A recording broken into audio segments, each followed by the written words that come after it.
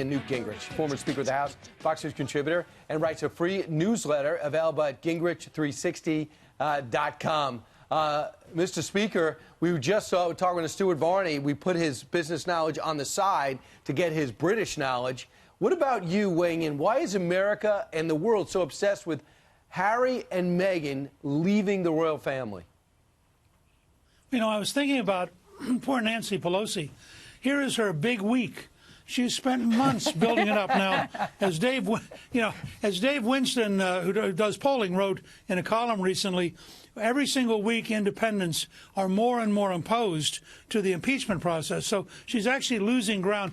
But she finally gets to a big week, and Meghan and Harry drown her. I mean, it tells you how little the average American believes that this impeachment is real. That if you ask them, would you rather talk about Meghan and Harry or about Pelosi and impeachment, I'll bet you it's 9-1 in favor of Meghan and Harry. That's because you're right, it is real. And I think that's part, look, yeah, it is, well, look, we love soap operas. Somebody mentioned earlier, I was watching, and you guys were talking about Grace Kelly. Well, Grace Kelly was a princess before she became a princess. Right. I mean, she was a beautiful woman. People loved, gossiping.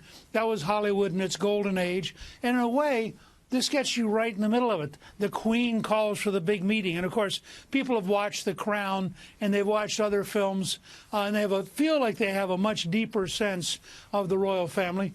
And we've always had in America this love-hate relationship. We rebelled, we became independent, but down deep, we still kind of like following what happens. And I remember when Queen Elizabeth was coronated, it was an enormous story. And just huge viewership. It was one of the first big television events. Now and she was young and she was beautiful. Now she's served now longer than any queen in English history. So it's been a while. But I think this is just a perfect example of how totally screwed up the Democrats are. They can't even get out from under the royal family. Oh, man. I mean, it's just pathetic. So, in other words, the problem for Nancy Pelosi is this is her big week, and the royals are stealing her thunder. Nonetheless, she showed up, Newt, yesterday. Watch this. Here she is on This Week over on the Alphabet channel ABC. And she's very optimistic of a world without, Let's be optimistic about the future, a future that will not have Donald Trump in the White House. One way or another, 10 months from now, we will have an election if we don't have him removed sooner. But again, he will be impeached forever. So he will be impeached forever. I guess like Bill Clinton was impeached forever. You know, Nancy Pelosi lives in an alternative universe. You just had the president tweet in Farsi, the most widely retweeted ever done in Farsi, which is the language of Iran. More likes than anything else. You have a Democratic Party now, which is in favor of the dictatorship in Iran. You have the president and the Republicans in favor of the demonstrators in the street. The demonstrators are proving every single day that everything the elite media said and everything the Democrats said was false. That, in fact, the Iranian people want freedom. They just had their only woman ever to win an Olympic medal defect. Yep. And what she said in defecting was brutal about how they abuse women, they dominate women, they instruct women. I hope the president will invite her to the White House. So you have Pelosi over here on the side of an impeachment nobody wants, defending an Iranian dictatorship nobody wants, and you have the president over here cheerfully tweeting in positive ways. I suspect the president is happily watching what do you think? Meghan and Harry and thinking, this is terrific. I mean, what more noise could you ask for to smother Pelosi and the impeachment? Well, the president was asked about the Queen by Laura Ingraham on Friday and said, I feel sorry for her because she's done everything right. I know. Well, I am watching The Crown. I don't know how accurate it is, but you do see that she's given up so much of her in her life, in her personal life. And then this appears to be a slap in the face that she's done so much for her family. She wanted her grandkids to be with her in the UK and represent the monarchy.